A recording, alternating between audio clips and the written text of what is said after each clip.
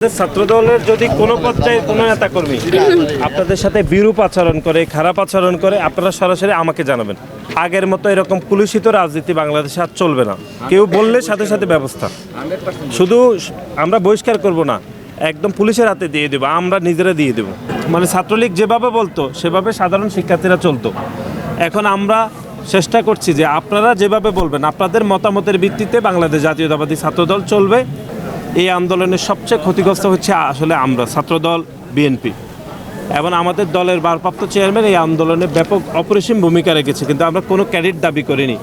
আমরা আসলে আসছি 5 তারিখের পরে যে একটি গতানুগতিক যে ছাত্র রাজনীতি চলমান রেখেছে এবং যে সন্ত্রাসের রাজত্ব কায়েম করেছে এই সংগঠন, যেটা ইতিমধ্যে নিষিদ্ধ হয়েছে, যারা জুলাই এবং আগস্টে প্রায় 2000-এরও বেশি মানুষকে নির্বিচারে গুলিবর্ষণ করে হত্যা করেছে।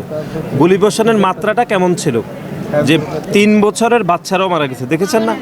যে 24 জন শিশু মারা গেছে এই আন্দোলনে।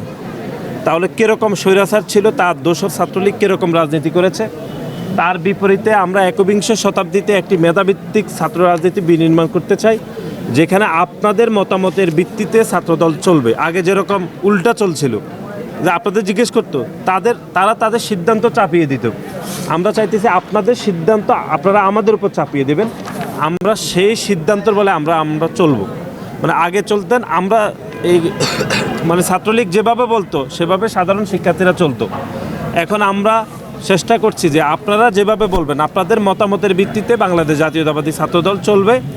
সেই মতামত আপনারা দিয়েছেন। আর আমরা যে 2024 সালের 5 আগস্টে ছাত্র জনতার গণঅভ্যুত্থানের আগে যে জুলাই এবং আগস্টে যে নির্বিচারে গুলিবর্ষণ করেছে, সেখানে তো অনেক মানুষ মারা গিয়েছে, কিন্তু আমাদের ছাত্রদলের 100-ও বেশি লোক এই ছাত্রদলের নেতাকর্মীদেরকে খুন করা হয়েছে এবং বিএনপির সব মিলিয়ে প্রায় 500 জনকে হত্যা করা হয়েছে। এই আন্দোলনের সবচেয়ে ক্ষতিগ্রস্ত হচ্ছে আসলে আমরা ছাত্রদল, বিএনপি এবং আমাদের দলের ভারপ্রাপ্ত চেয়ারম্যান এই আন্দোলনে ব্যাপক অপরিসীম ভূমিকা রেখেছে, কিন্তু আমরা কোনো ক্রেডিট দাবি করিনি। আর আমরা আরেকটা লিফলেট বিতরণ করতে আসছি, এটা আপনাদেরকে এর আগেও দিয়ে গিয়েছিল।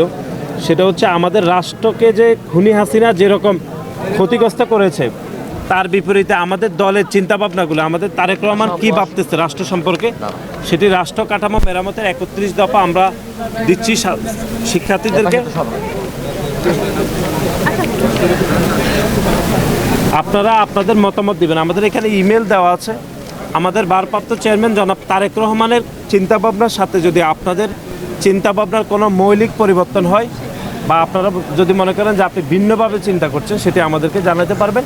ইভেন আমাদের হোয়াটসঅ্যাপও জানাতে পারবেন, বাট মেইল করে আপনি আপনার মতামত দিতে পারবেন। এটার আমরা নাম দিয়েছি রাষ্ট্র কাঠামো মেরামতের 31 দফা। এটা 2023 সালের 13ই জুলাই এটা প্রকাশিত হয়েছে।